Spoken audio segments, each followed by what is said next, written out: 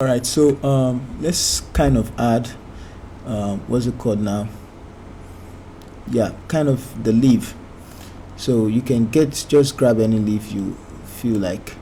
Let's use this one instead and place it here, right here. It's already in PNG format, so you can quickly holding down shift and bring it. You still also need to make it look realistic and drag it below, and now it's on a front, so you don't need to worry about that. All you just need to do is to make sure it fits into the background. You can try different blending modes. You can see multiply works fine sometimes. Let's look at screen. No, I won't go with screen. I won't go with soft light on overlay. So yeah, even color, I won't go with color.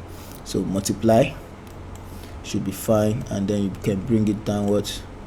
Let's bring it downwards like that, and it's gonna be there. You can get the other one, which is this one. Just drag it on top.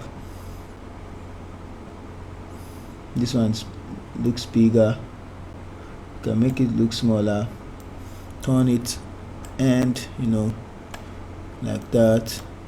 You don't need to, sorry, yep. So let's make it smaller.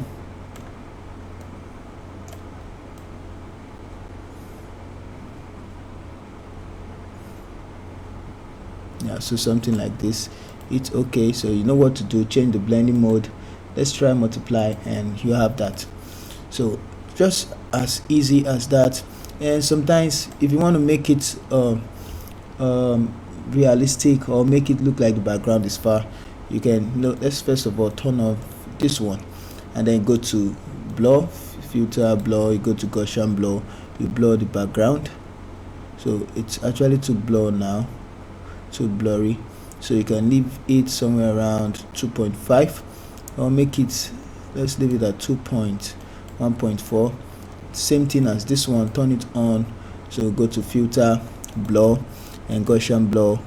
You can actually blur it at that amount, or probably blur this one even more, so it looks like this. And I'm gonna select these two and group them together, and you can see before and after instead of so one good thing about it is that you can use it to color grade instead. You can color grade matching this color, the opposite of your blue. You can add the leaf to it. So I'm going to teach that in framing. All right, so that's for this one.